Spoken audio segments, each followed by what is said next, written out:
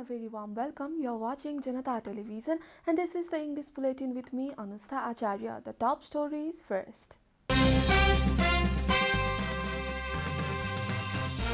Prime Minister Oli expands cabinet. Newly appointed ministers take oath of office and secrecy. Supreme Court stays implementation of Citizenship Ordinance. Constitutional bench says the ordinance is not relevant in present context. Government confirms 2,800 new cases of coronavirus. Number of active cases drops to 77,000. Scientists say intense exercise increases risk of motor neuron disease. Study suggests 1 in 3,000 people likely to develop such disease. And Europe's coveted football tournament Euro 2020 starts from today. Italy take on Turkey in the first match.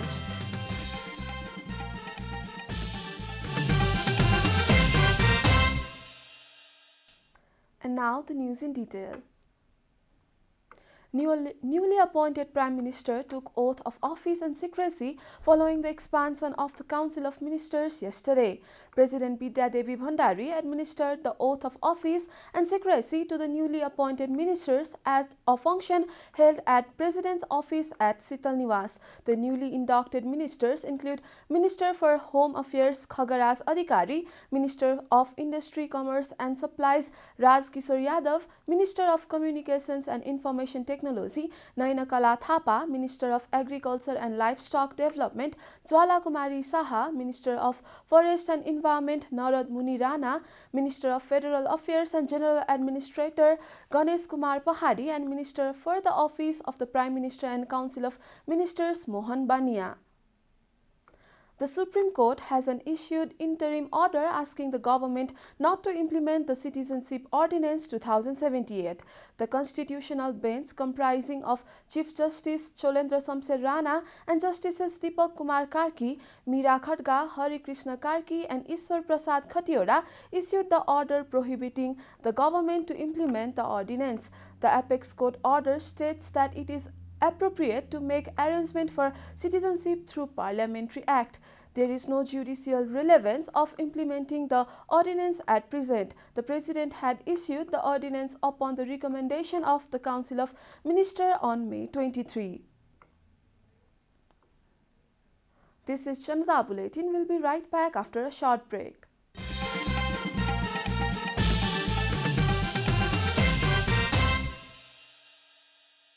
Welcome back. After the break, we continue with other national news. The government yesterday confirmed 2,874 new cases of coronavirus across the country. A report. The total cases of coronavirus in the country have climbed to 601,687, while the number of active cases has dropped to 77,858. The number of active cases was 80,336 a day ago.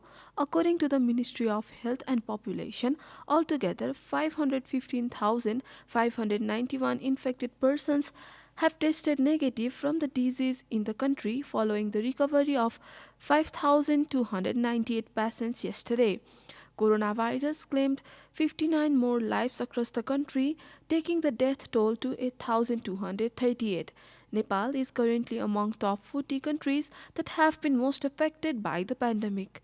The USA tops the list with over 34.27 million confirmed cases, followed by India with more than 29.2 million cases. Coronavirus has infected more than 175.6 million people across the world and claimed over 3.78 million lives. And now the news from economic front.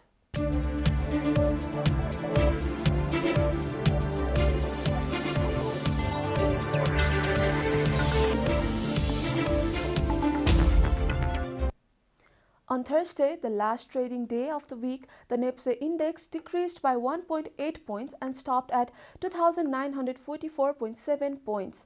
A total of 36.16 million shares worth rupees 16.10 billion were traded on Thursday.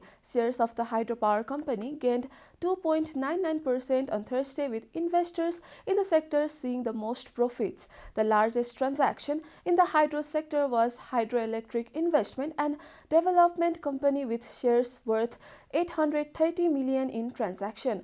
Also on Thursday, shares worth 450 million were traded for Nepal Reinsurance Company, while the shares of Pasthar Company increased by 10%.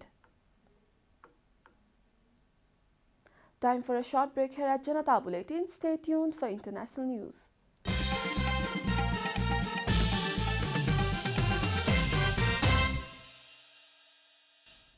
Welcome back. Now the international news. Regular and strenuous exercise increase the risk of motor neuron disease in people who are genetically vulnerable, says scientists. A team at the University of Sheffield said nobody should stop exercising as a result of the study, but they hope the findings could lead to ways of screening people who may be at high risk and give tailored advice. Overall, around 1 in 300 people will develop motor neuron disease. It affects people's ability to move, talk, and even breathe, as the motor neurons that carry messages from the brain to the muscle fail. It can dramatically shorten people's lives. You are watching Janata Bulletin, and now the latest from the world of sports.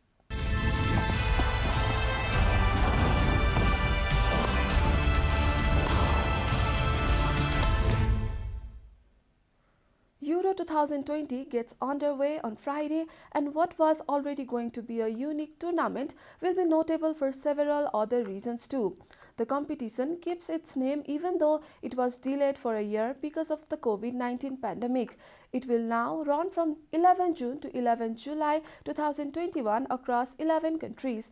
It is the first major tournament for Scotland since 1998, while England could have home advantage in nearly every game, and Wales are at their second Euros in a row. England and Scotland, who are in the same group, are two of the host countries in the first European Championship to be held across the continent.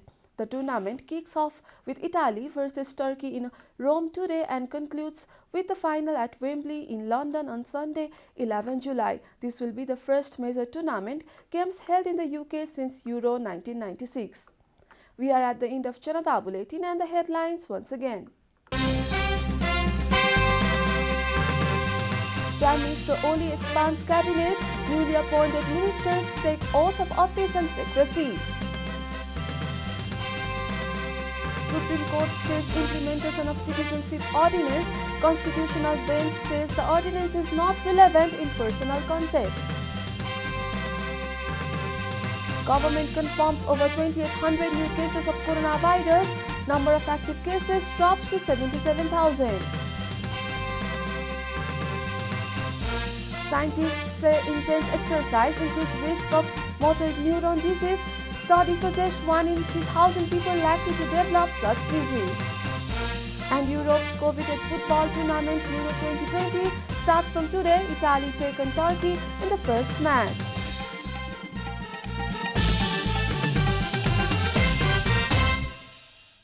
And that's all from the English News Desk for today. You can follow Janata Television and our programs on various social media platforms, including on our website janatasamachar.com. We urge all our viewers to follow government directives of lockdown and follow healthy hygienic practices to keep safe from any infection. Keep watching Janata Television. Namaste.